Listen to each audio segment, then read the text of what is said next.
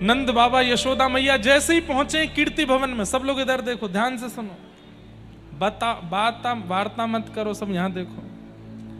जैसे ही पहुंचे यशोदा मैया, ज्यों ज्यों वह स्वर्ण पलना के पास गई हैं, और जैसे ही किशोरी जी को रूप देखो है, आहा। अरे कह रहे हैं रूप तो बाद की बात है, किशोरी जी अपने चरण ऐसे हाथ से पकड़ के लेटी भई हैं, और वो चरणन को जो नीचे को भाग है वो दर्शन कियो यशोदा मैया ने। आज तक तो बड़ी इतरा रही कि हमारे लाला ते सुंदर कोई नहीं, न सांवलो है तो कहा भाई सुंदर बहुत हैं ठाकुर जी, लेकिन आज किशोरी जी की रूप माधुरी देख करके आहा। सुभग शीतल अति कोमल, सुभग शीतल अति कोमल, कमल के सेवरण, हाँ कमल के सेवरण। सुभग शीतल, देख करके जिनके चरणों को देख करके मन के सारे विषाद खत्म हो जाते हो, अत्यंत शीतलता आ जाती हो। अति ही कोमल, मानो स्पर्श करने की भी इच्छा नहीं है कि कहीं हमारे निष्ठुर हाथों से हमने छू लिया तो कहीं किशोरी जी को पीड़ा ना हो जाए, ऐसे चरण हैं किशोरी जी के। और कैसे हैं? बोले कमल के सेवरण, कमल के सेवरण है, कमल जैसा रंग है किशोरी जी के चरणों का।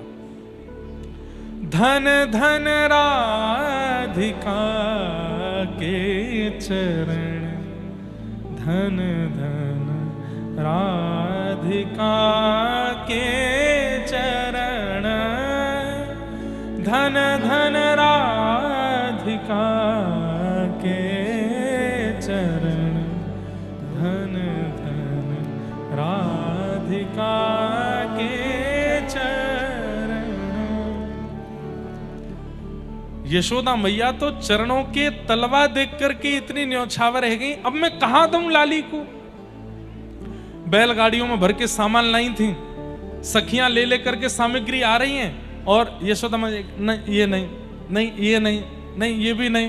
क्यों? कोई भी सामग्री किशोरी जी की रूप के ऊपर जची नहीं रही है। कहां दूं? यशोदा मैया को मन भारी है, कछु लेके ही ना आई, लाली के रूप के बराबरी को कोई सामग्री लेके नहीं आई हूं। तभी गोद में लटके भये ठाकुर जी ने अपने छोटी छोटी उंगली ते मैया के कंधा को खुजान लगे, मानो इशारों कर रहे हो मैया सबसे बड़ो नील मणि रत्न तो मैं हूं तेरे पास, मुंह को दे दे।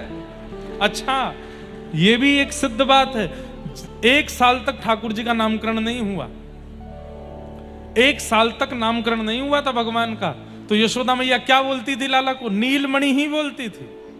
नीलमणि, अरे मेरो नीलमणि कहां चलोगे, मेरो नीलमणि कहां है? नीलमणि, नीली नीली सी मणि है ठाकुर जी। जब हंसते हैं तो ऐसा लगता है आहा बस देखते रहो। ठाकुर जी का रूप कैसा है पता है? जैसे कोई गहरा सरोवर, और उस गहरे सरोवर में 2 पुष्प खिले हों कमल के, बिल्कुल गुलाबी, ऐसे हैं ठाकुर जी के नेत्र। जब ठाकुर जी अपने हाथ दिखाते हैं तो लगता है 2 पुष्प और खिल गए हों, और जब मंद मंद मुस्का जाते हैं तो ऐसा लगता है एक श्वेत कमल और खिल गया हो उस नील सरोवर में। ऐसे ठाकुर जी का रंग है। मैया की सुई दृष्टि गई लाला पे, और सब सखी बोली अरे मैया इतनी सामग्री लाई, कछु चढ़ाई नहीं रहे लाली पे। बोले मिल गई मुझे कुछ सामग्री। बोले कौन सी सामग्री? सब देख रहे हैं। और ठाकुर जी को ऐसे गोद से उतार करके यूं लियो, और लाली के ऊपर 7 बार बार करके श्री ठाकुर जी ही चरणन में पधराई दिए। और ये दृश्य देख करके महाराज सब न्योछावर रह गए यशोदा मैया पे। बोलो युगल जोड़ी सरकार की। आहा, आज पहली बार दोनों युगल एक साथ आए हैं। पलना में युगल पौड़े, छोटे से पलना में। महादेव से रहा नहीं गया इस लीला को देख के। महादेव सब जगह पहुंचे। तो कहते हैं कि महादेव कैलाश से दौड़े और आंखों में आंसू भर रहे हैं। पार्वती जी बोली कहां जा रहे हो? बोले अभी आता हूं। और दौड़ करके आए, बरसाने में आकर के लहंगा फरिया पहन करके धानिन बन गए। व्रज में, वृंदावन में महादेव गोपी बनते हैं, बरसाने में आके ढाणिन बन जाएं। ढाणिन कौन है?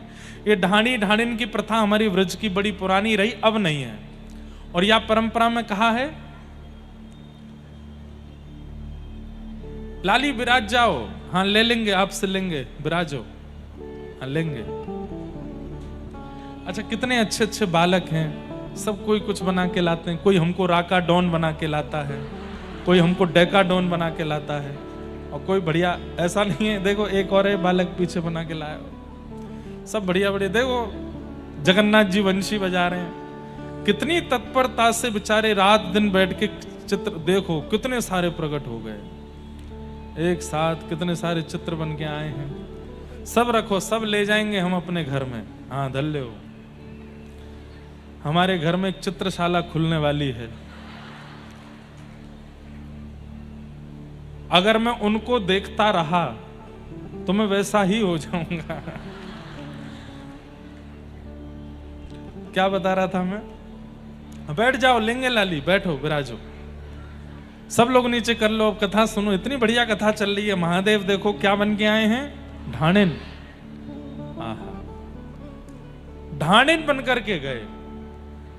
और ढाणिन क्या करते हैं? ये केवल और केवल आशीर्वाद देते हैं, और आशीर्वाद देने के बाद यजमान इनको मुंह मांगी दक्षिणा देते हैं।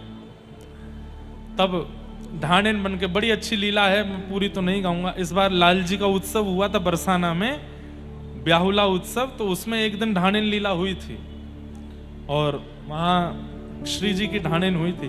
तो ढाणिन खूब नाचती हैं, गाती हैं, सब करती हैं। अंत में भानु बाबा कहते हैं क्या चाहिए? तब कहते हैं कि ये दोनों युगल जो लेटे हैं ना पलना में, इन दोनों की पीत झंगुलिया और नीली झंगुलिया। झंगुली किसको कहते हैं? जो केवल गले में टांग ली जाए और नीचे ऐसी लटकी रहे, वो झंगुली छोटे छोटे बच्चे पहने। और वो झंगुली उन्होंने दान में मांगी, और वही झंगुली लेकर के महादेव अपनी जटा में आज तक बांध करके बैठे हैं कैलाश पर। आज भी जटाओं के मध्य में श्री प्रिया जी की, श्री किशोरी जी की जन्म की पहनी वही झंगुली महादेव पहन करके बैठे। कौन जाने, महादेव जैसा रसिक नहीं है कोई विश्व में। हमारी भागवत जी में कहते हैं, वैष्णवानाम यथा शंभु। महादेव जैसा कोई वैष्णव नहीं, रसिक नहीं, प्रेम में छके हुए हैं महादेव। कोई मांगे तो सही उनसे वो भाव। हम लोग केवल उनको तांडव करने वाला समझते हैं, हम लोग केवल उनको जोगी समझते हैं, हम लोग केवल उनको एक भस्म रमाए एक योगी के रूप में भगवान महादेव को देखते हैं। नहीं, वो तो अनंत रसिक हैं। सदा नेत्रबंद के करते क्या हैं? ठाकुर जी की, प्रिया जी की लीलाओं को ही देखते रहते हैं। और इस प्रकार श्री किशोरी जी का प्राकट्य हुआ, और फिर खड़े हो जाओगे आप लोग, मानोगे नहीं। मेरे मन में भाव तो आ जाता है। हो व्रज में, हो व्रज में, हो व्रज में रतन राधिका गोरी, व्रज में रतन राधिका गोरी, व्रज में रतन राधिका गोरी, व्रज में राधिका गोरी, राधिका भोरी, राधिका गोरी, राधिका गोरी, राधिका गोरी, राधिका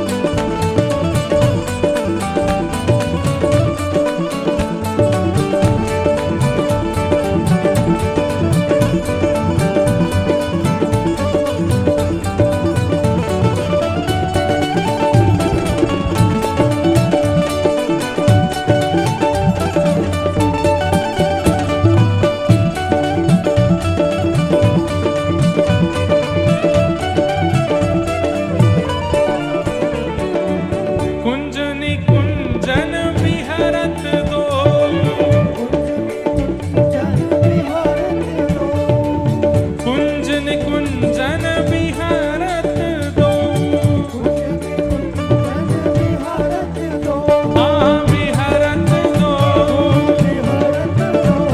हे बिहारत दो, कुंज निकुंजन बिहारत दो,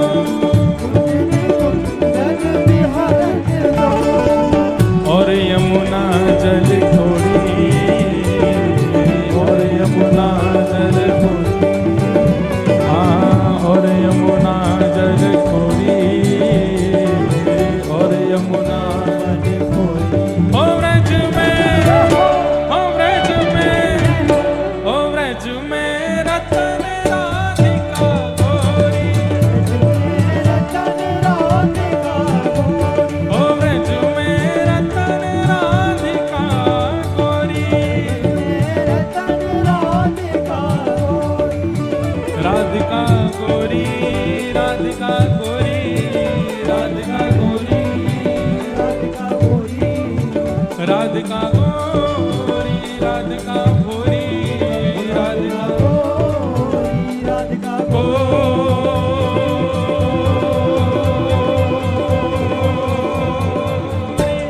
ओ व्रज में, ओ व्रज में, ओ व्रज में रतन राधिका गोरी, हे व्रज में रतन राधिका गोरी, व्रज में रतन राधिका गोरी।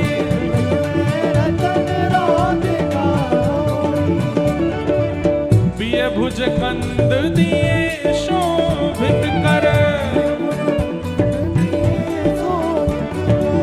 पिय भुज कंद दिए शोभित मन, धन दामिनी दुति चोरी, धन दामिनी दुति चोरी। ओ कृष्णदास प्रभु गिरधर नागर, कृष्णदास प्रभु हे प्रभु गिरधर नागर, प्रभु गिरधर नागर, हे प्रभु गिरधर नागर, प्रभु गिरधर नागर, हे प्रभु गिरधर नागर, प्रभु गिरधर नागर, कृष्णदास प्रभु गिरधर नागर, नागरी नवल किशोरी, नागरी नवल किशोरी, ओ नागरी नवल किशोरी, ओ व्रज में, ओ व्रज में, ओ व्रज में रतन राधिका गोरी, व्रज में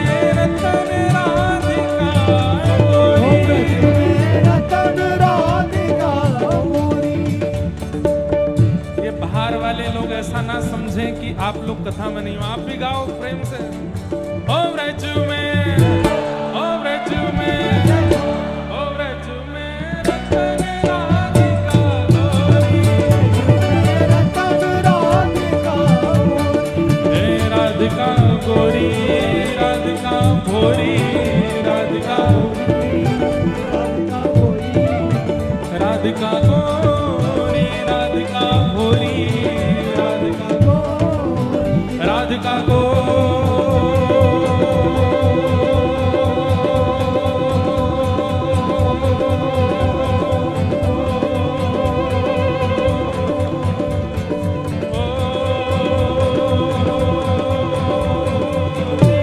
ओ व्रज में, ओ व्रज में, ओ व्रज में रतन राधिका गोरी, व्रज में रतन राधिका, व्रज में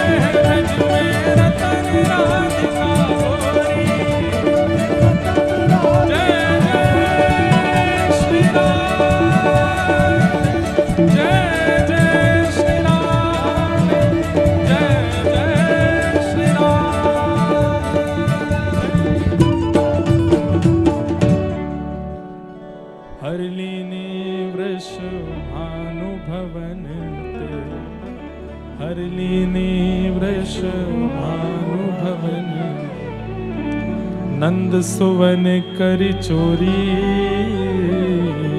नंद सुवन करि चोरी। कृष्णदास प्रभु गिरधर नागर, कृष्णदास प्रभु हो कृष्णदास प्रभु गिरधर नागर, कृष्णदास प्रभु गिरधर नागर। और नागरी नवल किशोरी, नागरी नवल किशोरी। ओ व्रज में रतन राधिका गोरी, व्रज में रतन राधिका। और ऊंचे स्वर में गाओ, हे व्रज में रतन राधिका गोरी, व्रज में रतन राधिका गोरी।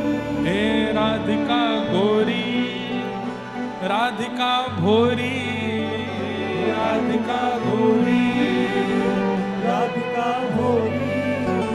राधिका गोरी, राधिका भोरी, राधिका गोरी, राधिका भोरी। ओ व्रज में रतन राधिका गोरी, ओ व्रज में रतन राधिका गोरी, व्रज में रतन राधिका भोरी, व्रज में रतन राधिका भोरी। बोलो युगल सरकार की। तो ऐसे महाराज ये तो 2 दिना के भय नाए, जन्म नहीं भयो वासे पहले को इनको संबंध पक्को है गयो। लेकिन ये प्रकट रूप में सब जगह सार्वजनिक कथाओं में विवाह का प्रसंग नहीं है, ये केवल रसिकों के लिए रखा गया। इसलिए कहीं कहीं गर्ग संहिता आदियों में भगवान के विवाह का किशोरी जी के साथ प्रसंग बताया गया।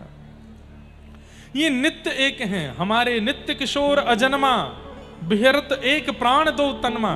हमारी हरिदास परंपरा में कहते हैं कि प्रिया प्रियतम तो सदा सदा से एक हैं। ये कोई द्वापर में जन्म हुआ उसके बाद से इनकी प्रसिद्धि नहीं। गोलोक धाम नित्य है और वहां नित्य गोलोक धाम में प्रिया प्रियतम नित्य विहार करते हैं, नित्य एक दूसरे के संग रहते हैं। और इस नित्य केली का अनुभव पहली बार इस द्वापर युग में ठाकुर जी ने कराया।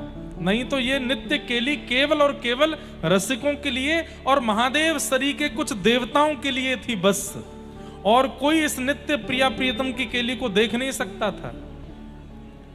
इस द्वापर से पहले, ये तो इस द्वापर में ठाकुर जी ने हम जीवों पर कृपा करके व्रजमंडल में प्रकट होकर के प्रिया जी के साथ उस नित्य केली का कुछ अंश हमें अनुभव कराया। तो लाला 6 दिना के भय और पूतना नाम की राक्षसी आई। भगवान ने अपने नेत्रन पे हाथ धर लियो। क्यों? क्योंकि भैया पूतना रूप बदल करके आई। बहुत ध्यान से सुनिए सब लोग। अत्यंत सुंदरी बनकर के पूतना आई थी। ठाकुर जी ये बात कहना चाहे भैया, तुम जैसे मैंने बनाए हो वैसी ज्यादा रहे करो, ज्यादा अपने हृदय मन बुद्धि पर लीपा पोती मत करे करो। समझ में आई बात? जैसे हो वैसे मेरे सन्मुख आ जाओ। इसमें श्रृंगार का अभिप्राय नहीं है, हृदय का अभिप्राय है। हृदय बुद्धि जैसी है वैसे मेरे सन्मुख आ जाओ। ज्यादा आडंबर करके पाखंड करके यदि मेरे सन्मुख आओगे तो मैं तुमको देखूंगा नहीं, अपनी आंख मूंद लूंगा, जैसे मैंने पूतना को नहीं देखा। ठाकुर जी के नेत्रों के अधिकारी बनिए। कथा क्या है? कथा भी एक श्रृंगार घर है।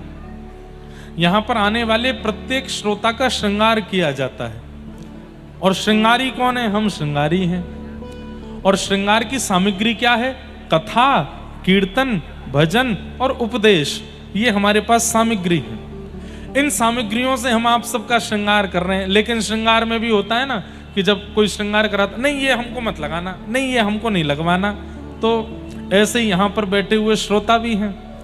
किसी भाव के प्रति उनकी भावना होती है, नहीं ये हमको नहीं चाहिए, हाँ ये वाला हमको चाहिए। तो जो श्रृंगार आपको प्रिय लगता है आप करा लेते हो। श्रृंगार किस लिए किया कराया जाता है? किसी को रिझाने के लिए। पर यहां हो रहे श्रृंगार से केवल और केवल राधा रमण लाल ही रीझते हैं।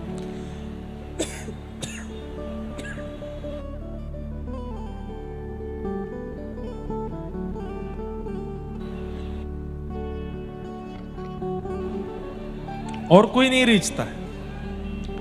लेकिन कई लोग हैं वो श्रृंगार ही नहीं कराते, वो श्रृंगार घर में आकर के जैसे आए थे वैसे ही चले जाते हैं। तो फिर सब लोग टोकते हैं उनको, अरे भाई तू श्रृंगार घर में जाकर के भी अपना श्रृंगार करा के नहीं आया। तो यहां हजारों लोग आ रहे हैं पर सबका श्रृंगार नहीं हो रहा, किसी किसी का हो रहा है। जो तत्व, अच्छा श्रृंगार की भी एक विधा है, सीधे बैठो हिले डोलो मत, तो ही श्रृंगार बढ़िया होता है। लेकिन आप बार बार विचलित होते रहोगे, बार बार अब कोई काजल लगा रहा है आंख में और आप यूं यूं यूं करते जा रहे हो, तो क्या होगा? जगन्नाथ जी बन जाओगे, कारे कारे ऐसे आंख है जाएंगे। तो इसलिए कथा का प्रत्येक प्रसंग एक श्रृंगार है। और ये 7 दिन में 7 पेटियां खोल करके श्रृंगार किया जाता है। 7 दिन में जब आपका श्रृंगार युक्त हो जाता है तो 7 दिन बाद आप ठाकुर जी को अपने उस रूप से रिझाने लगते हो। रूप का नहीं होता है, अंतरंग रूप का होता है। उस अंतरंग रूप से अगर ठाकुर जी रीझ गए तो प्राप्त हो जाते हैं। पूतना राक्षसी है पर परम भक्त बनकर के आई है, परम दीन बनकर के आई है। ठाकुर जी को ये पाखंड बिल्कुल प्रिय नहीं। इसलिए भक्तों से हमारा निवेदन है, पाखंड से बचा कीजिए। पाखंड भक्ति के साथ आ जाता है कभी कभी, जब लगता है कि लोग बाग हमसे इंप्रेस हो रहे हैं, लोग बाग हमारी भक्ति हमारी भावना से खुश हो रहे हैं, तो हम फिर उसका आडंबर करने लगते हैं।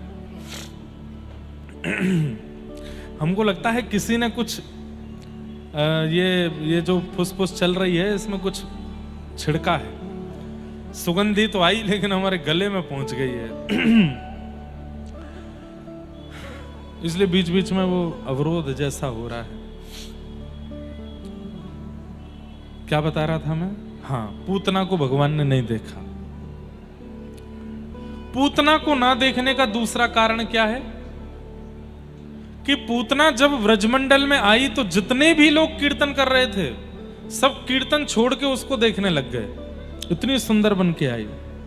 इसका मतलब हरि भजन परायण हरि भक्त परायण लोगों का जो ध्यान भंग करता है उसको ठाकुर जी नहीं देखते हैं। जो कथा से आपको विमुख कर रहा है, भजन से विमुख कर रहा है, भक्ति से विमुख कर रहा है, नाम जप से विमुख कर रहा है, उसको ठाकुर जी फिर देखते नहीं है। क्यों? तेरे कारण मेरे भक्तों का भजन छूट रहा है, तुझे मैं नहीं देखूंगा।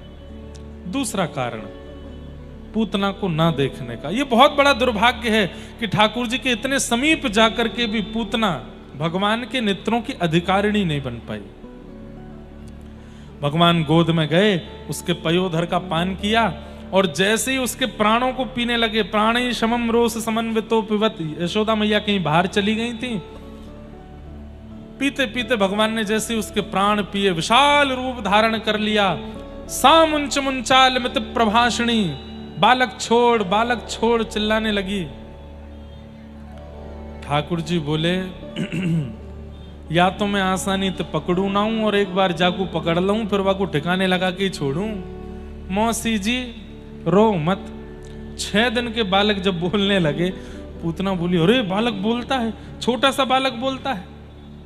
और भगवान ने जैसे ही प्राण पिए पूतना का वध हो गया। बोलो पूतना मर्दन भगवान की। 6 दिन के ठाकुर जी ने पूतना का वध किया। एक बहुत सुंदर कारण हमारे पूज्य पिताजी बताते हैं कि ठाकुर जी ने नेत्र बंद करके महादेव को याद किया। क्यों? महादेव हम तो दूध घी दही मक्खन पीवे खावे आए हैं, पर ये मौसी देखो हमको जन्म लेती विष पिवावे आई है। अब विष पीवे को अधिकार और विष पीवे का अभ्यास हमारे पास तो है नहीं, इसलिए हे महादेव आप मेरे कंठ में आकर के बैठ जाओ और मैं जैसे ही आपको पयोधर पीऊंगो, वह पयोधर में से जितनों भी विष तत्व है वो आप पी लियो, दूध में पी जाऊंगो। या हमारे ठाकुर जी ने महादेव को स्मरण किया। अद्भुत लीलाएं हैं ठाकुर जी की। पूतना का वध किया, जोर की आवाज हुई, ब्रजवासी बोले कहां भयो? तो जाके देखी नंद भवन की पीछे की दीवार टूटी पड़ी और विशाल विकराल पूतना पड़ी है। सब लोग पहले नंद भवन के भीतर गए, लाला कहां है? ना पलना में है, ना बिस्तर पे, ना यशोदा मैया के पास। जैसे ही सबने झांक करके देखी तो पूतना के ऊपर ठाकुर जी लेटे। दौड़ करके सबने ऊपर से ठाकुर जी उठाए। अब इसमें भी हमारे नाना जी बड़ी सुंदर बात बताते, बोले लाला ठाकुर जी की, जैसे मैंने एक प्रश्न किया था, ठाकुर जी राक्षसों को प्रधानता देते हैं कि भक्तों को? बताओ, भक्तों को। सब यही उत्तर दोगे। तो फिर पूतना के लिए वीवीआईपी ट्रीटमेंट, उसको अंदर तक बुला लिया, पलना तक आ गई वो, उसकी गोद में भी चले गए, और जो सुख किसी को नहीं दिया उसका पयोधर भी पी लिया। क्यों? तो ये मैंने प्रश्न नाना जी से किया, तो हमारे नाना जी ने इतना सुंदर उत्तर दिया कि आप सुन के आनंदित हो जाओगे। हमारे नाना जी बोले लाला देख, ठाकुर जी जब प्रकट भये तो 6 दिना के अंदर लगभग ब्रजवासी ने लाला के दर्शन कर लिए, लाइन लगा के सबने देख लिए। गुस्सा है गई कौन? गौशाला की सबरी गैया। बोले जबरदस्ती अपनो नाम धर रखो, गौ ब्राह्मण प्रतिपालक श्री कृष्ण। अरे काय बात के गौ ब्राह्मण प्रतिपालक? 6 दिन है गए जन्म लिए और अभी तक गौशाला में हमको दर्शन देवे नहीं आए हैं। हम गैया हैं, हमारे खुर हैं, 4-4 पांव हैं, हमको कोई भीतर नंद भवन में तो लेके जावे को नहीं। हम यहाँ बंदी भई हैं गौशाला में, और चारों धर दियो गए, और ये चराती रहो और दूध निकाल के लाला को अभिषेक करती रहो। काय बात को करें? लाला नेक नेत्रन को तो दिखे, एक बार आके हमारा स्पर्श कर जाए, कहा बुराई है? अरे हमारे काज पृथ्वी पर आयो तो हम ते आके मिलना चाहिए सबसे पहले। सो ठाकुर जी के पास ये पुकार गैयान की पहुंच गई। ठाकुर जी बोले अभी मैं 6 दिना को हूं, कहीं चल के बाहर आ गया तो सबरे ब्रजवासी डर के भाग जाएंगे। 6 दिना को लाला चलन लगो। सामर्थ्य तो पूरी है मुंह में, लेकिन मुंह को पूर्ण रूपेण लाला जैसी लीला करनी है तो मैं चलूंगा नहीं, फिरूंगा नहीं, लेकिन गैयान को दर्शन कैसे दूं? तो ठाकुर जी बोले रुक जाओ, एक लंबी नसेनी मंगाऊं। अभी नसेनी समझे? एक लंबी सीढ़ी मंगाऊं, बाप पे चढ़ के तुम सबन को दर्शन कराऊंगा। बोले कैसे? तो 6 दिना के ठाकुर जी ने पूतना को इतनो वीवीआईपी ट्रीटमेंट दियो, भीतर तक बुलाए ले, क्योंकि ठाकुर जी जानते हैं कि अपने रूप में आएगी तो ये लंबी हो जाएगी, और या के पयोधर पर लटको लटको मैं भी ऊपर पहुंच जाऊंगा तो सबरी गैयान को मेरो दर्शन है जाएगा। जितनी गैया हैं सब मेरो दर्शन कर लेंगे। गैया लगे अति प्यारी, जग पालनहारी, गैया लगे। बहुत प्रिय लगती है ठाकुर जी को गैया, और गैयान को दर्शन देवे के काजे ठाकुर जी ने पूतना को माध्यम बनायो। इसलिए कहीं भी किसी भी लीला में किसी राक्षस को प्रधानता ठाकुर जी दे रहे नहीं, अंतरंग रूप से किसी ना किसी भक्त के ऊपर कृपा कर रहे हैं, उसके द्वारा भी भक्तों के लिए ही आए हैं वो। जैसे ही पूतना के ऊपर से ठाकुर जी उठाए तो गैया व्याकुल है गई, ठाकुर जी को दूर से देखो है, इच्छा मन में है लगी कि हम पास से नहीं देख लें। सो ठाकुर जी ने एक और लीला कर दी। कैसे? जैसे ही ठाकुर जी पूतना की गोद से उठाए तो सब गोपी बोली अरे 6 दिना को लाला ये राक्षसी आए गई, और याने आए करके कहीं कोई अला बला लाला पे टोना टोट का नाय कर दियो हो, कहाँ करें कहाँ करें? तो सबरी ब्रजवासी गोपी बोली लाला को लेके गौशाला चलो, गौमूत्र से स्नान करावेंगी, गौ गोबर या के अंगन पे लगावेंगी, और गैया की पूंछते या को झाड़ो लगा देंगी, सोई सबरी अला बला निकल जाएंगी। ठाकुर जी मंद मंद मुस्का रहे हैं, अब तो खुश हो गैया हूं, तुम्हारे पास ही आ रहा हूं। सोई सबरी गोपी लेकर के ठाकुर जी को गौशाला गई। गौमूत्रेण स्नापित्वा पुनर्गौरज सार्भकम, गौमूत्र से ठाकुर जी को स्नान कराया। रक्षाम चक्रुश्च सक्रता द्वादशांगेषु नाम भी, भगवान को गैया की पूंछ से झाड़ा लगाया। ये एक ये टोना टोटका नहीं है, ठाकुर ठाकुर जी की अलावला को दूर करने के लिए यशोदा मैया का एक उपचार है। आज की माताएं भी कर सकती हैं। देसी गैया जहां विराजती हो, बालक बहुत रो रहा हो, बहुत विचित्र बेचैन हो रहा हो, समझ ना आ रहा हो क्या दिक्कत है, ले जाओ गैया के पास, बैठ जाओ बालक को गोद में लेके, थोड़ी देर जो आपको स्तुति आती है वो स्तुति गैया के सामने बैठ के गाओ और गैया की पूंछ से अपने बालक को झाड़ा लगाओ। गैया की चरण रज लेकर के लाला के 12 अंगों पे लगाओ, 12 अंगों पे लगाओ और 12 अंगों पर लगा करके थोड़ा सा गौमूत्र और गौ गोबर का मिश्रण लेकर के हल्का सा टीका उसके माथे पर लगा दो और ये सब सामग्रियां घर ले जाओ। जब तक बालक 6 महीना 1 साल का ना हो, गौ गोबर गौ रज नित्य लगाओ उसको। कोई अला बला टोना टोटका रोना धोना कुछ नहीं होगा उसको। क्यों? क्योंकि यही उपचार व्रजपालक ठाकुर जी के लिए यशोदा मैया करती हैं। आपके लाला तो नेक्से से एक घर के पालक हैं, उनको कर दो। गौशाला, गैया जानवर नहीं है, गैया पशु नहीं है, गैया तो भगवान की वैद्य है। जैसे हमारे वैद्य डॉक्टर हैं, ऐसे भगवान की वैद्य है गैया। उसकी सब सामग्री वैद्य के समान है, औषधि के समान है। इसलिए अपने अपने बालकों को कम से कम 5 साल तक बालकों का जन्मदिन गौशाला में ही मनाना चाहिए, गैयाओं के बीच में ही मनाना चाहिए। आप कहेंगे महाराज जी 5 साल ही क्यों, जीवन भर मनाओ, उससे बढ़िया तो कुछ हो ही नहीं। हमारे लाल जी जन्माष्टमी उत्सव करके शाम के समय वृंदावन में भक्तिपद गौकुलम है, लाल जी की गौशाला, वहां जाते हैं और गैयान के बीच में बैठते हैं। गैया उनको चाटती हैं, गैया उनको प्रेम से खूब, हम कुछ छेड़ते भी नहीं, कभी कभी गिरा दें लाल जी को, बढ़िया प्रेम से गैयाओं के बीच में लाल जी रहते हैं, बहुत आनंद करते हैं। होली खेलने ठाकुर जी गैयाओं के पास जाते हैं। 2 नियम हैं उनके ठाकुर जी के, एक तो 3 नियम है, गोपाष्टमी, जन्माष्टमी और होली। 3 दिन लाल जी गौशाला जाते हैं, गैयाओं के बीच में ही रहते हैं। इसलिए अपने अपने बालकों को भी गौशाला ले जाया करो। इस प्रकार भगवान ने पूतना का वध किया। आगे भगवान का पलना महोत्सव हुआ और इसी बीच करवट महोत्सव मना। पहली करवट ली लाल जी ने 3 महीना के जब भये। करवट लेते ही पूरे ब्रजमंडल में नगाड़े बजन लगे, लाला ने करवट ले ली, लाला ने करवट ले ली, बधाई हो। ब्रजवासी इकट्ठे है गए। लाल जी को मैया ले जाकर के एकांत में बैलगाड़ी के नीचे कपड़ा को झूला बना के वहां में सुवाए दें। इतने ब्रजवासी आ गए, लाला को छेड़ चैन ते सो जाएगो। लाल जी जैसे थोड़ी देर झूलते झूलते सोए, यशोदा मैया उठ के वहां से चली गई।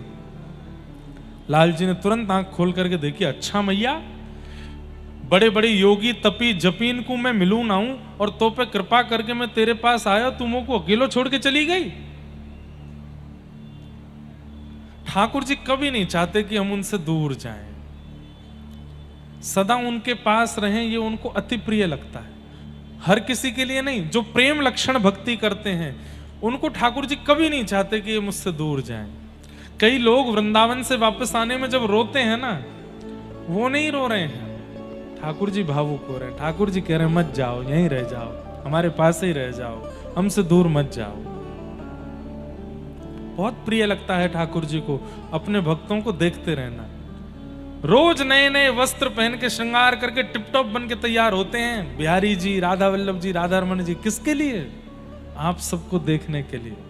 अरे हम लोगों में भी आलस से आ जाता है तो पुराने वस्त्र दोबारा पहन लेते हैं। हमारे ठाकुर जी पुराने वस्त्र कभी नहीं पहनते, रोज नए वस्त्र पहनते। क्यों? आज मेरा वो एक सेवक आ रहा है, वाकू दर्शन देनो मुझको। कितना प्रेम करते हैं ठाकुर जी, बहुत प्रेम करते हैं। इसलिए उनके प्रेम को स्वीकार किया करो। यशोदा मैया जैसे ही उठ के दूर गई, ठाकुर जी बोले अच्छा मैया तुम होते दूर जा रही है, अभी बताऊं।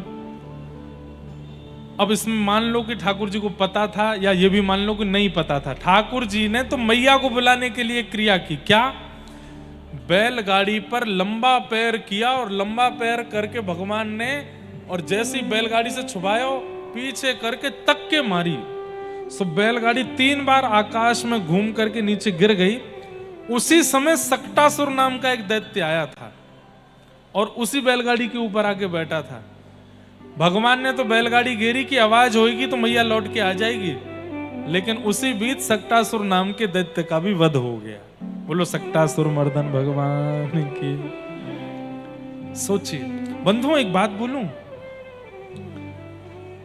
ठाकुर जी की माया बड़ी अद्भुत है। शास्त्री जी अनुज जी को भेजो। ठाकुर जी की माया बड़ी अद्भुत है। और वो अद्भुत माया कैसी है कि एक बार मार्कंडे ऋषि का नाम सुना है? मार्कंडे ऋषि ने भगवान से क्या प्रार्थना की कि मुझे आपकी माया का दर्शन करना है। ठाकुर जी बोले भैया कैसे? तुमको तो 5 साल का जीवन था बस मार्कंडे ऋषि का। महादेव की कृपा से, बड़ी अच्छी कथा है मार्कंडे ऋषि की। मार्कंडे ऋषि एक काशी के ब्राह्मण के यहाँ आपका जन्म हुआ, तो काशी के ब्राह्मण ने तप करके महादेव को प्रसन्न किया। महादेव प्रसन्न होकर के बोले वरदान मांगो। बोले एक पुत्र दे दीजिए। तो महादेव बोले कुपुत्र दें कि सुपुत्र दें? बोले ये कैसा प्रश्न है? बोले कुपुत्र देंगे उसकी आयु तो लंबी होगी लेकिन परेशान बहुत करेगा, और सुपुत्र सुख तो बहुत देगा लेकिन अल्प आयु में चला जाएगा। तो ब्राह्मण देवता बोले भगवान कुपुत्र मत दो, सुपुत्र ही दे दो, अल्प सुख ही ले लेंगे हम। तो महादेव ने मार्कंडे ऋषि के रूप में बालक उनको प्रदान किए और कह दिया ये बालक केवल 5 वर्ष जिएगा। ब्राह्मण देव तो सुनकर अरे जय जय, ये क्या किया, 5 वर्ष का जन्म बस? बोले बस यही है। महादेव अंतर ध्यान हो गए। अब वो उस बालक को लेकर के हर संत के पास जामे, उनके चरणों में प्रणाम करें, आप आशीर्वाद दो, दीर्घायु हो, दीर्घायु हो। सब लोग ध्यान से सुनो, इधर देखो, दीर्घायु हो। एक बार काशी की गलियों में लेकर के ब्राह्मण अपने बालक को घूम रहे थे, तब सप्तऋषि आए। सप्तऋषि कौन है? महादेव के प्रथम 7 शिष्य ही सप्तऋषि हैं। अचानक से वे सप्तऋषि आ गए और ब्राह्मण देवता ने अपने बालक को उनके चरणों में बोले आप इसको आशीर्वाद दो। वो बालक प्रणाम करने में इतना निपुण हो गया था, 2-3 साल की उसकी उम्र हो गई थी। वो प्रणाम इतना अद्भुत करता था कि जो संत जन होते थे उससे प्रभावित हो जाते थे। सप्त ऋषियों ने आशीर्वाद दिया, दीर्घायु भव। तो ब्राह्मण देव बोले भगवान, अच्छा वो ब्राह्मण क्या करते थे? जब आशीर्वाद देते थे उसके बाद बताते थे कि महादेव ने इसको केवल 5 वर्ष जीने का आज्ञा की है और आपने दीर्घायु कर दिया, अब आप संभालो इसको, दीर्घायु होनी चाहिए। सप्तऋषि बोले तुमने तो हमको फंसा दिया, महादेव ने इसको 5 साल जीने की आज्ञा दी, हमने इसको दीर्घायु कर दिया, अब क्या करें? बोले मैं नहीं जानता, 2 साल और बचे, इसके 3 साल का है, अब आप ही बचाओ, नहीं तो आपका आशीर्वाद विफल हो जाएगा। सप्तऋषि बोले सीधे महादेव के पास तो नहीं जा सकते, हमारे गुरुदेव हैं वो। तो उस बालक को लेके ब्रह्मा जी के पास गए और बालक से कहा ब्रह्मा जी को लंबी दंडौत करना और जैसे तुम करते हो वैसे ही करना। गोल मटोल बढ़िया सुंदर स्वरूप था। ब्रह्मा जी को जाकर के आहा ऐसे दंडौत करें, फिर उठें, फिर दंडौत करें, फिर कभी नासिका से दंडौत करें, कभी एक पैर पे एक पैर रख के दंडौत करें। ब्रह्मा जी इतने खुश हो गए, अरे अरे अरे वाह वाह वाह, बड़ा प्यारा लाला है, दीर्घायु भव। सुनो, सप्तऋषि बोले अब हमारा कंटक कटा, अब तुम जानो। ब्रह्मा जी बोले मतलब? बोले इस बालक को 5 वर्ष जीने की आज्ञा महादेव ने दी है, हमको भी ऐसे प्रणाम किया था तो हमने इसको दीर्घायु भव ऐसा आशीर्वाद दिया कि भाई खूब बढ़िया लंबी आयु जियो, दूधो नाओ पूतो फलो। अब दूधो नाओ पूतो तो तभी फलेगो जब लंबी आयु जिएगो।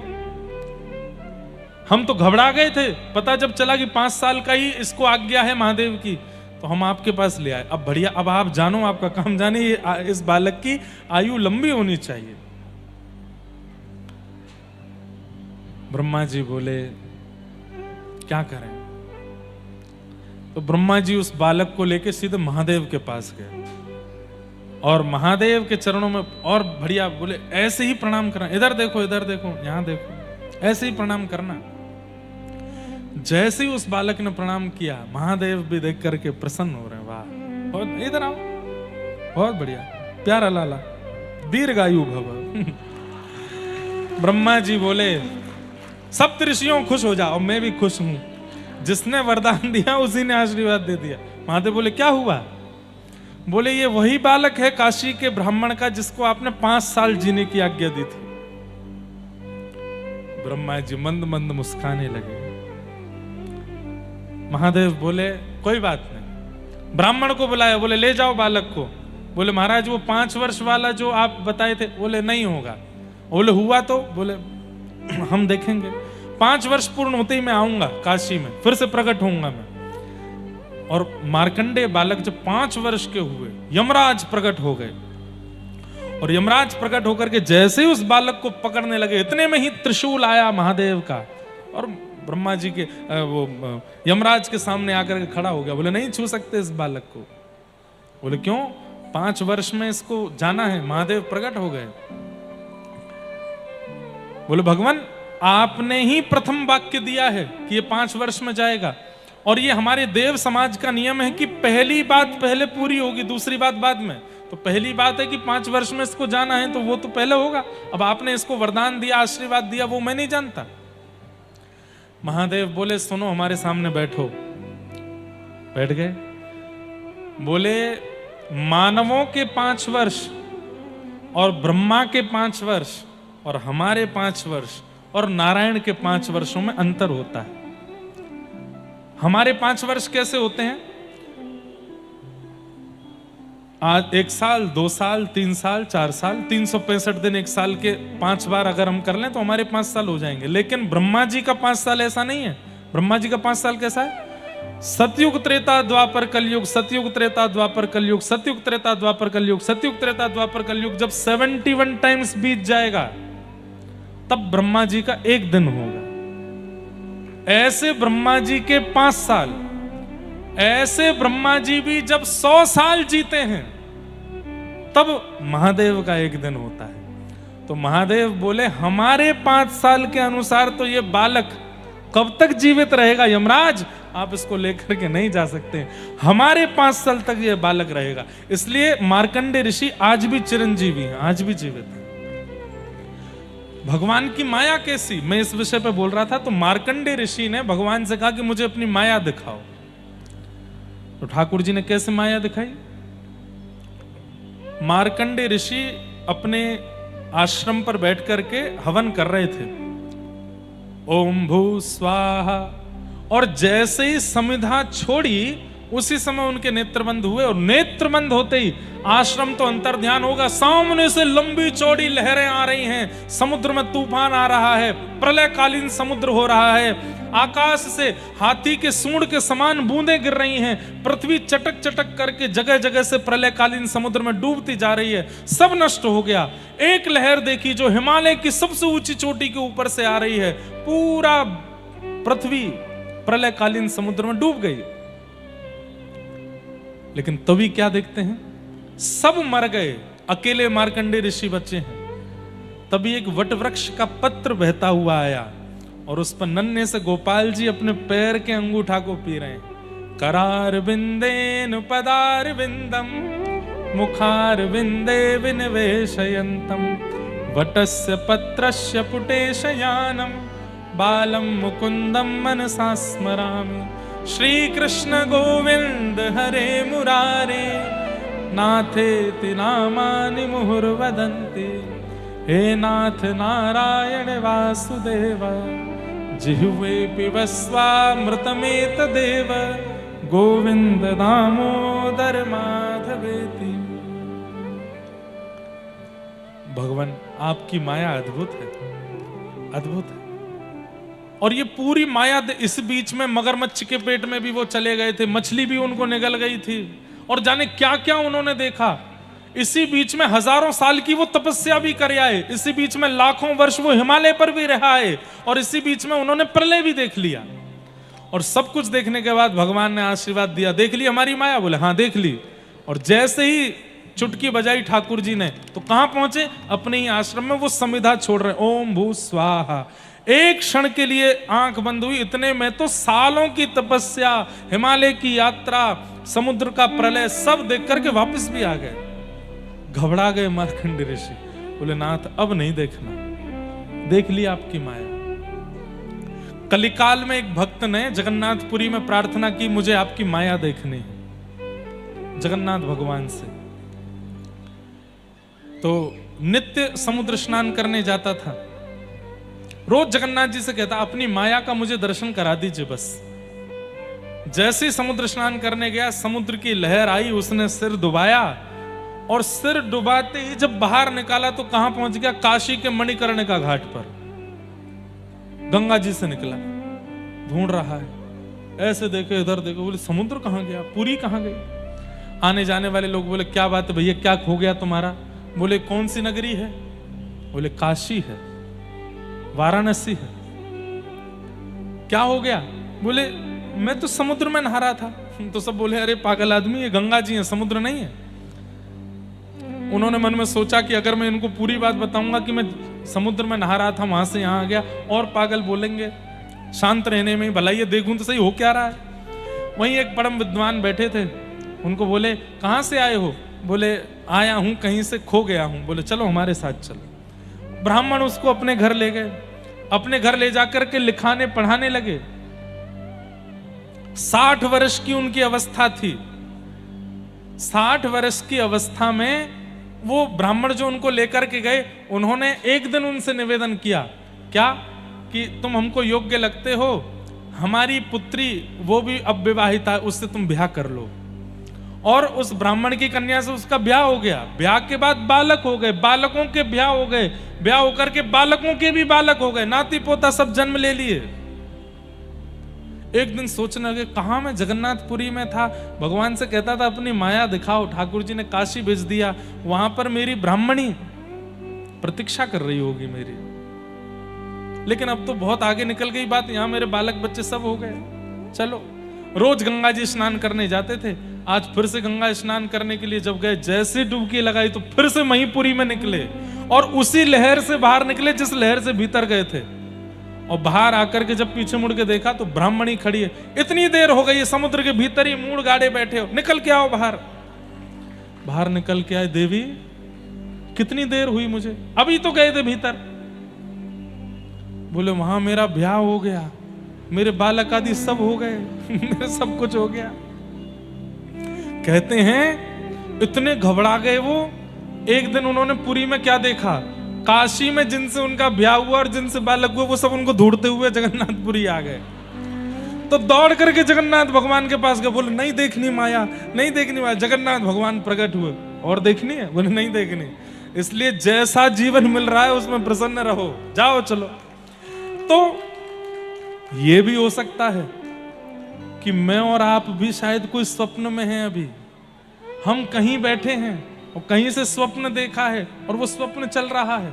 और यही होता है, पता है, मृत्यु के बाद किसी किसी को ऐसा लगता है कि मैं वैकुंठ में बैठा था, मैंने आंख बंद करी थी, पृथ्वी पर जाकर के ब्याह करे आया, बच्चे करे आया, इतना सब कुछ बना बनू के दोबारा अभी अभी आंख खुली है मेरी।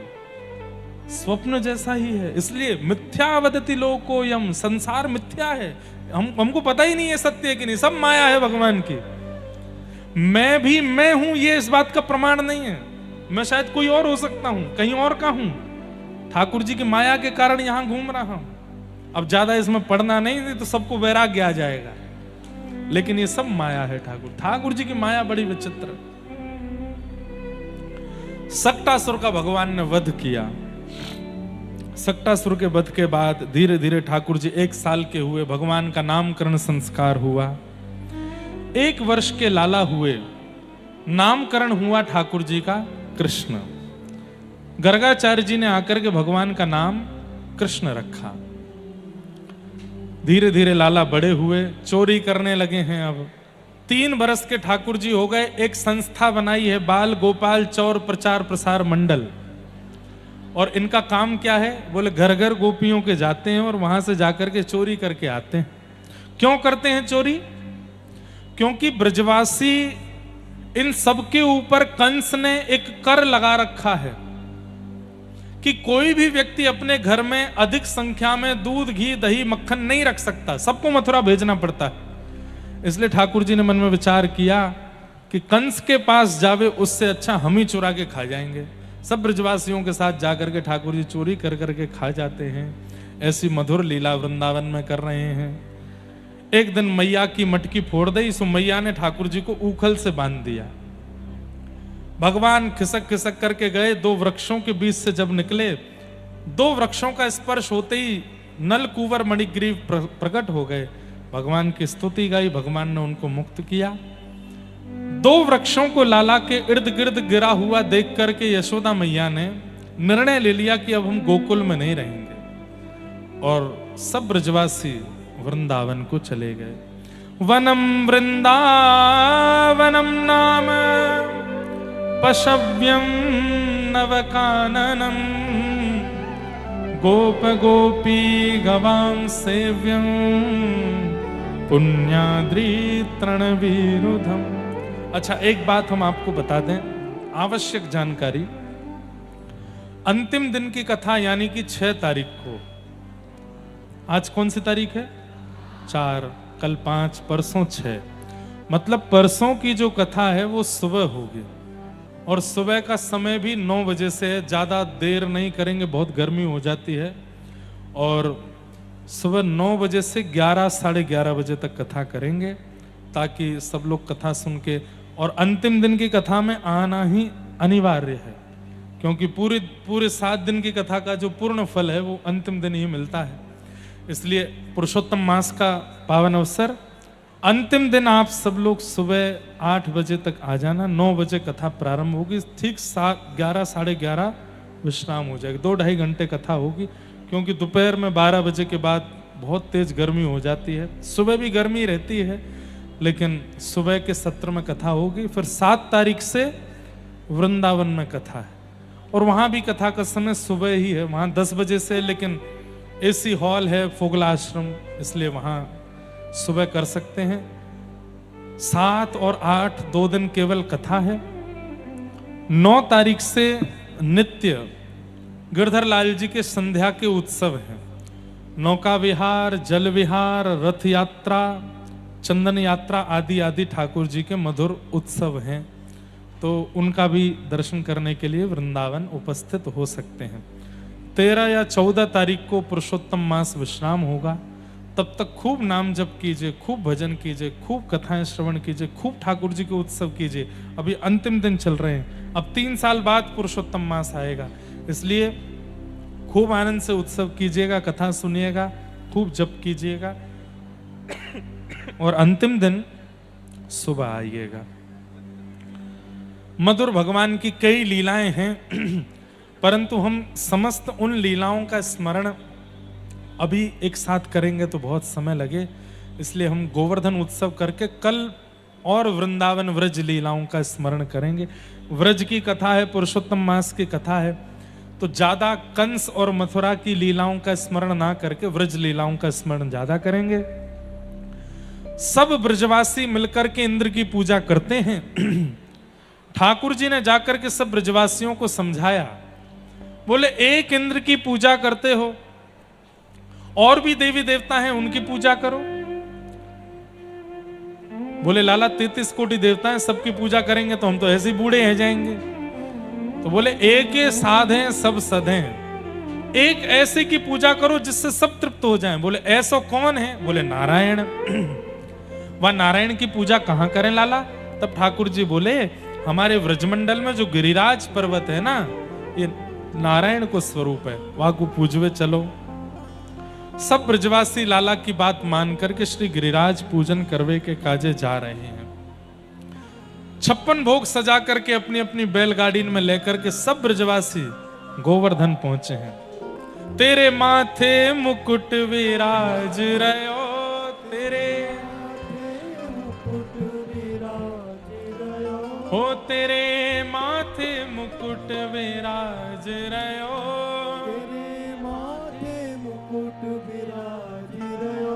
तेरे 7 कोस की परिक्रमा, तेरे 7 कोस की परिक्रमा। आज हमको ऐसा लगा ये गोवर्धन उत्सव जितनी देर चलेगो, यहाँ जितने पंडाल में बैठे सबके गिरिराज जी की परिक्रमा है जाएगी यहीं बैठे बैठे।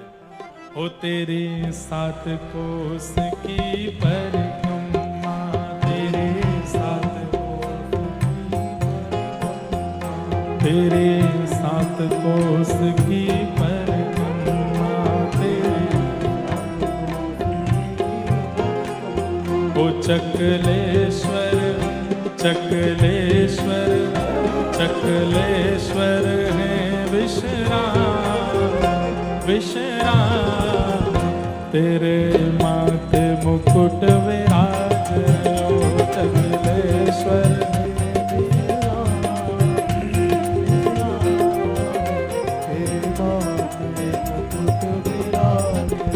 ओ श्री गोवर्धन महाराज महाराज, तेरे माथे मुकुट विराज गोवर्धन महाराज महाराज, तेरे का भाव से विराज हो तो पे पान चढ़े तो पे फूल चढ़े, तो पे पान चढ़े तो पे फूल चढ़े, तो पे पान चढ़े तो पे फूल चढ़े, तो पे पान चढ़े तो पे फूल चढ़े, ओ तो पे पान चढ़े तो पे फूल चढ़े, ओ तो पे पान चढ़े तो पे फूल चढ़े, तो पे चढ़े तो पे चढ़े ओ तो पे चढ़े दूध की धार आधार, तेरे माथे मुकुट विराज ओ तो पे चढ़े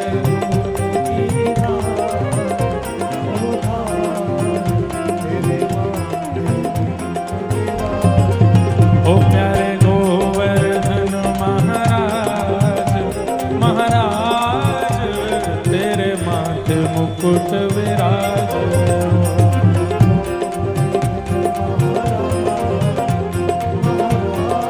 बोल गिरिराज धरण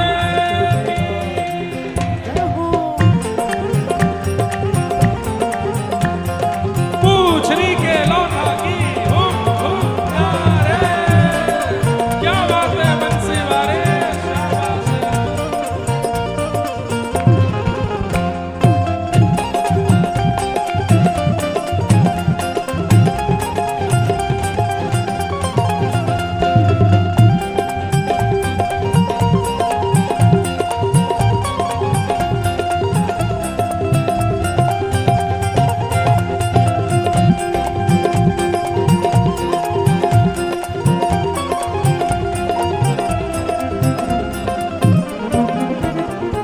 तेरी थोड़ी पे हो तेरे माथे बिंदा रोरी को,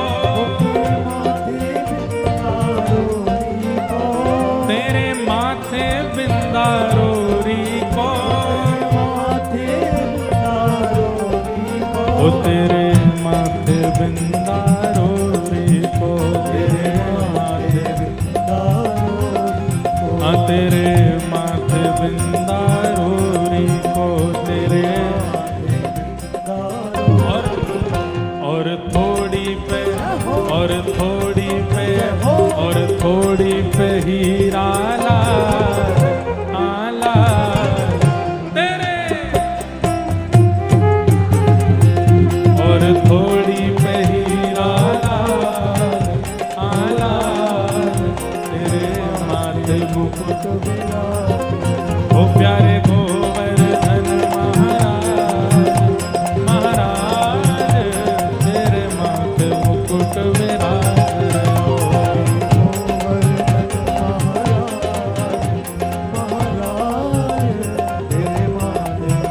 गिरिराज धरण प्रभु तुम्हारी शरण,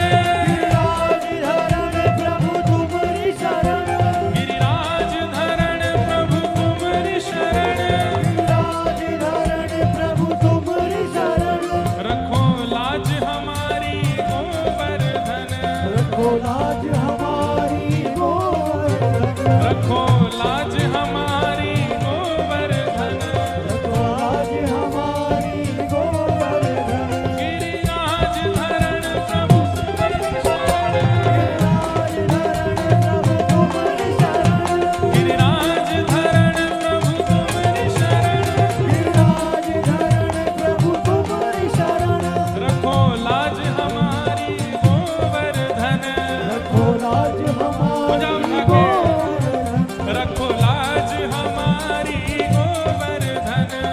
औलाद हमारी गोवर्धन। ओ प्यारे गोवर्धन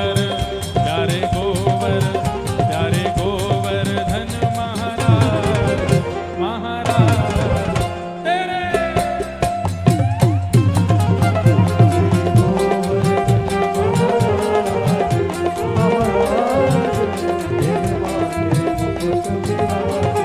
ओ प्यारे गोवर्धन महाराज तेरे माथे मुकुट विराज।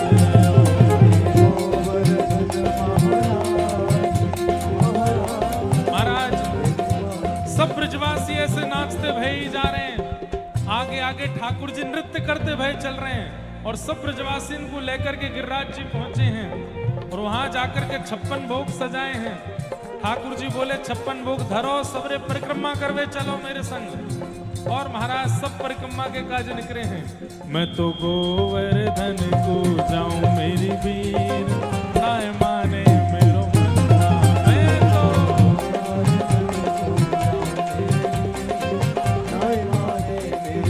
आप लोग इतना अच्छा गाते हैं, कभी कभी हमें लगता है कि ये कोरस वाले माइक आपके लिए लगवा दें।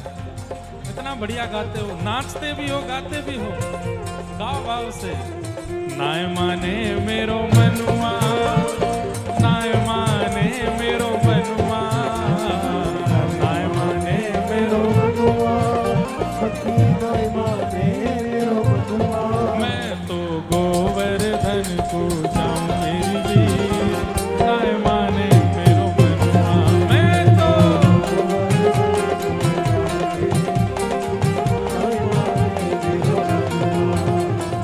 सात कोस की कर परिक्रमा, सात कोस की कर परिक्रमा, सात कोस की कर परिक्रमा, सात कोस की कर परिक्रमा। ओ मैं तो मानस गंगा नहाऊं मेरी वीर, नाय माने मेरो मनवा।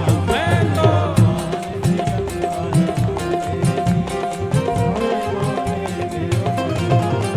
तो गोवर्धन को जाऊं मेरी वीर, नाय माने मेरो मनवा।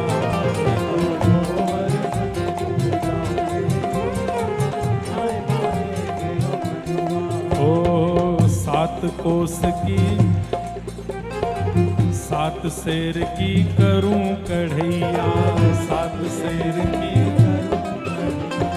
सात शेर की करूं कढ़ैया, सात शेर की करूं कढ़ैया। ओ मैं तो संतन न्योत जमाऊं मेरी वीर, नाय माने मेरो मनवा। ओ संतन न्योत जमाऊं मेरी वीर, नाय माने मेरो मनवा। मैं तो गोवर्धन को जाऊं मेरी वीर, नाय माने मेरो मनवा। तो गोवर्धन को जाऊं मेरी वीर, नाय माने मेरा मनुआ। जय राधे राधे, श्री राधे राधे। राधे राधे। परिक्रमा पूर्ण है रही है, राधा कुंड से आगे निकल रहे हैं अब हम लोग भुजा उठा करके। जय राधे राधे, श्री राधे राधे, जय राधे राधे, जय राधे राधे, जय राधे राधे, श्री राधे राधे। मैं तो गोवर्धन को जाऊं मेरी वीर, नाय माने मेरो मनवा। मैं तो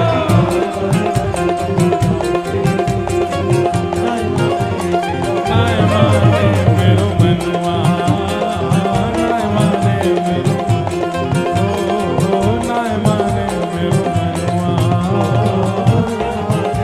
गिरिराज धरणे की, गोवर्धन नाथ की जय हो जय जय। पूछरी के लौटा की, ओ यारे, क्या बात है बंसी वाले, शाबाश है। सबको जय श्री कृष्ण, जय सिया राम। गिरिराज धरण की। बंधुओं, अब लाला 56 भोग पा रहे हैं गिरवर धारण लीला, वेणु गीत की मधुर लीला और कुछ वृंदावन की मधुर लीला सब हम कल सुनेंगे प्रेम और भाव से। आप सबको बारंबार जय श्री कृष्ण, जय सिया राम, जय श्रीमन नारायण, जय जय श्री राधे। ये जितने भी बालक और सब चित्र बना के लाए हैं सब आगे आगे देख कर के मंच तक पहुंचवा दो। इतने लोग मंच में आएंगे तो फिर दिक्कत होगी। और ये मंच हिलता बहुत है, कहीं ठाकुर जी को, वाह, हमारे आगरा मंडल के डीआईजी साहब श्री शैलेश पांडे जी आए हैं। एक बार जोरदार करतल ध्वनि से इनका अभिनंदन।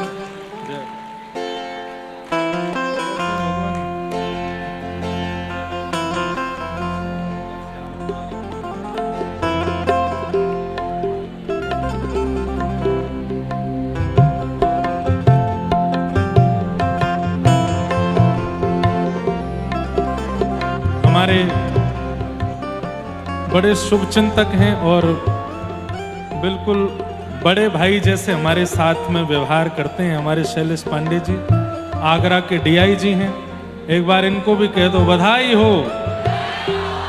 किस बात की बधाई? कि आपको व्रजमंडल की सेवा करने का अवसर मिला है, इस बात की आपको बधाई है। बहुत बहुत शुभकामनाएं, बहुत बहुत मंगल।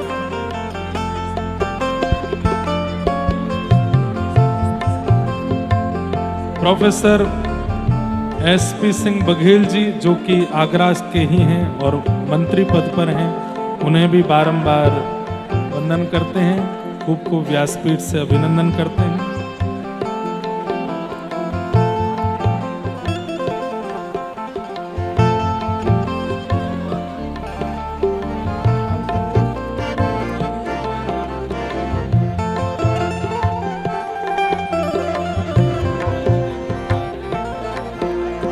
श्री मलुक पीठाधीश्वर पूज्य महाराज जी के परम शिष्या श्री गोपालानंद सरस्वती जी महाराज की शिष्या श्यामा गोपाल अभी यहाँ आई हैं। आप सबसे निवेदन है आप लोग शांति से इनकी 2 मिनट बात सुनिएगा, उसके बाद ही सब लोग यहाँ से प्रस्थान कीजिएगा।